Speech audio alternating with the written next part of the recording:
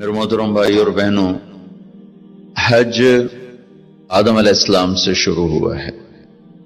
عبادات میں کوئی اجتہاد اور عقل نہیں، جیسے اللہ نے کہا ہے ویسے کرنا ہے۔ نماز اپنی عقل سے ہم معلوم نہیں کر سکتے، روزہ ہے، حج ہے۔ عبادات میں جیسے آسمان والے نے بتایا اور جیسے جناب رسول اللہ صلی اللہ علیہ وسلم نے کر کے دکھلایا، بس ہم نے وہ کرنا ہے۔ باقی چیزوں میں معاملات ہیں، زندگی کی باقی ضروریات ہیں، اس میں زمانے کے لحاظ سے سوچ بچار بھی ہے، تبدیلی بھی ہے، اجتہاد بھی ہے۔ عبادت اسے کہتے ہیں جس میں بس جو اللہ نے کہا، جو اس کے نبی نے فرمایا، کر کے دکھایا، ویسے کرنا ہے۔ ہمارے نبی پاک کا میں تھوڑا سا آپ کو مختصر خاکہ حج کا بتا دیتا ہوں۔ جناب رسول اللہ صلی اللہ تعالی علیہ وسلم نے حج کا جب اعلان فرمایا، یہ 10 ہجری، تو اطراف سے قبائل جمع ہوئے، کوئی 12,000 کا مجمع اکٹھا ہو گیا مدینہ میں۔ 25 تاریخ کو بروز ہفتہ آپ نے نماز ظہر سے پہلے غسل فرما کے 2 چادریں احرام کی نیت کے بغیر 2 چادریں باندھ، کرتا بھی اتار دیا، تہمد بھی اتار دیا۔ سحارا ایک بستی ہے جو آج کل مسقط میں آتی، وہاں سے ایک کپڑا آتا تھا، اس کی آپ نے 2 چادریں لی۔ پھر آپ نے ظہر کی نماز کے بعد اپنے پورے قافلے کو لیا، ذوالحلیفہ جس کو آج کل ابیار علی کہتے ہیں، یہاں آپ نے آ کر قیام فرمایا، اور عصر، مغرب، عشاء اور فجر اور ظہر 5 نمازیں آپ نے یہاں ادا فرمائیں۔ آپ گزر رہے تھے کہ جبریل ہے کہ یا رسول اللہ، اللہ فرما رہے ہیں یہ پاک وادی ہے، یہاں آپ قیام فرمائیں۔ ایک رات کی قیام کے بعد صبح آپ نے فجر کی نماز کے بعد غسل فرمایا، خوشبو لگائی، اپنے بالوں کو تیل لگایا، پھر شہد لگایا۔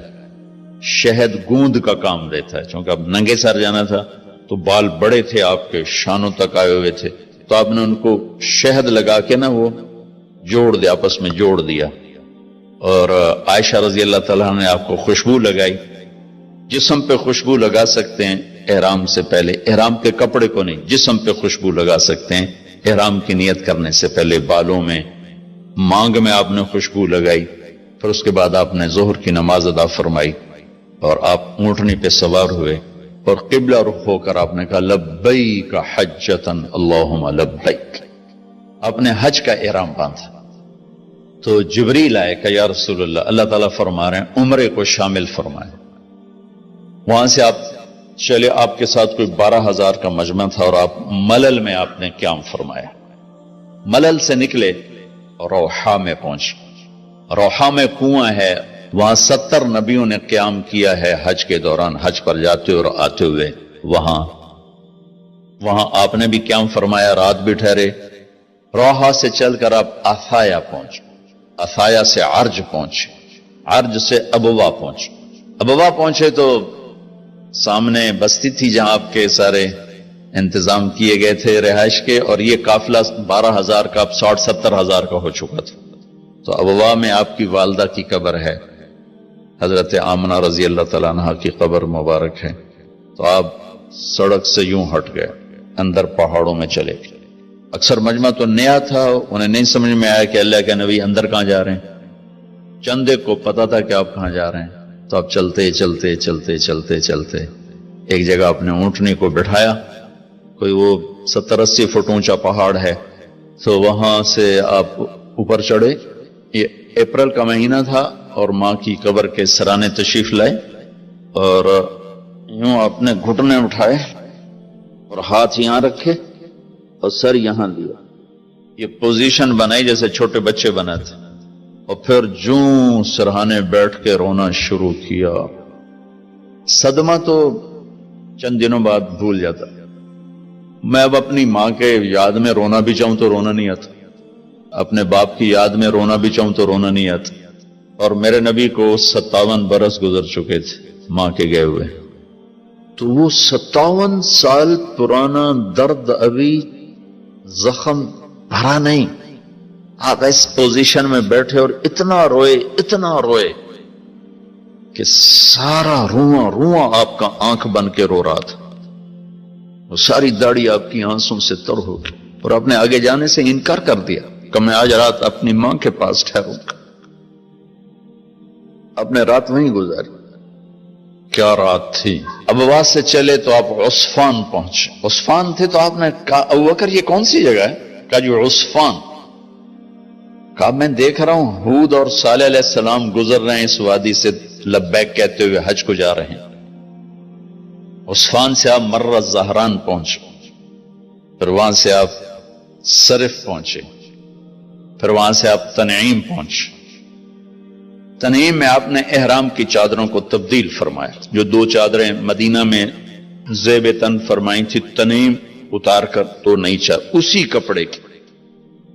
پھر مکہ کے ٹاپ سے آپ انٹر ہوئے اور بیر زی طوا کے کنویں پر آ کر آپ نے قیام فرمایا۔ یہ ہے اتوار کی رات، 25 کو چلے اور 4 کی رات کو، یہ مہینہ 29 کا تھا، تو 4 کی رات کو آپ مکے پہنچ گئے۔ اتوار کو صبح آپ نے غسل کیا، خالی پانی بہایا اور عمرہ کے لیے تشریف لے گئے۔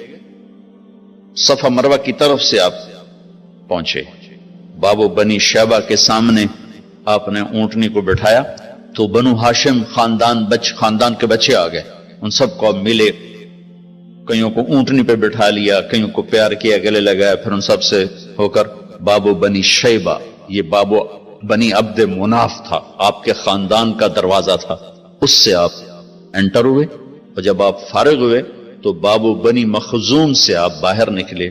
آپ نے جاتے ہی حجر اسود کا بوسہ لیا، پھر سجدہ کیا، پھر بوسہ لیا، پھر سجدہ کیا، پھر بوسہ لیا، پھر سجدہ کیا، پھر آپ رونے لگے، بہت روئے۔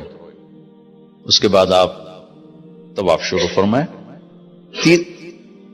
تیسرے یا چوتھے چکر میں آپ نے پانی بھی پیا، اور حضرت عمر سے فرمایا کہ عمر حجر اسود کے بوسے پہ لڑائی نہ کرنا، جگہ ملے تو لے لینا، جھگڑا نہ کرنا، جیسے ہمارے نادانی میں لوگ وہاں عورتیں بھی ایسی حماقت کرتی ہیں کہ ایک سنت عمل کے لیے فرض چھوڑ دیتے کہ مرد عورت کا یوں آپس میں اختلاط، یہ اس سے بچنا فرض ہے، اور وہ ایک سنت کے لیے گھس رہی، اور لڑائی جھگڑے فساد، قریب بھی نہیں جانا چاہیے۔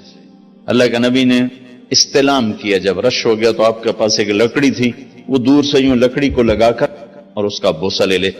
پہلا آپ نے بوسہ لیا، اس کے بعد رش ہو گیا تو پھر آپ نے ہر دفعہ بوسہ میں ایک دفعہ بوسہ لیا، اس کے بعد آپ کے پاس ایک لکڑی تھی، اس لکڑی کو آپ یوں چھوتے تھے اور حجر اسود کو، اور اس کا بوسہ لے لیتے تھے۔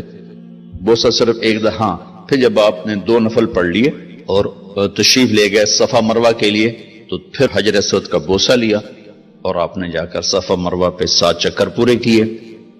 بعض روایت میں ہے کہ 3 چکر پیدل کیے، پھر مجمع زیادہ ہو گیا تو 4 اونٹنی پر بیٹھ کر گیا تاکہ لوگ دیکھ لیں۔ اس کے بعد آپ نے اعلان فرمایا کہ بھئی جن کے پاس قربانی کا جانور نہیں ہے وہ احرام کھول دو۔ تو صحابہ نے کہا یا رسول اللہ آپ کھولیں، تو آپ نے فرمایا کہ میرے پاس قربانی کا جانور ہے، ابو بکر کے پاس، عمر، زبید، طلحہ یہ نہیں کھولیں گے جو کہ ان کے پاس بھی قربانی کا جانور ہے، باقی جن کے پاس نہیں کھول دو۔ تو سب نے کھول دی، اور حج افراد بھی تمتع بن گیا، حج قران بھی تمتع بن گیا۔ اب نہیں ہو سکتا، اب جو نیت کریں گے وہی کرنی پڑے گی، لیکن اللہ کا نبی کا خاص حکم تھا تو سب کا حج تمتع بن گیا۔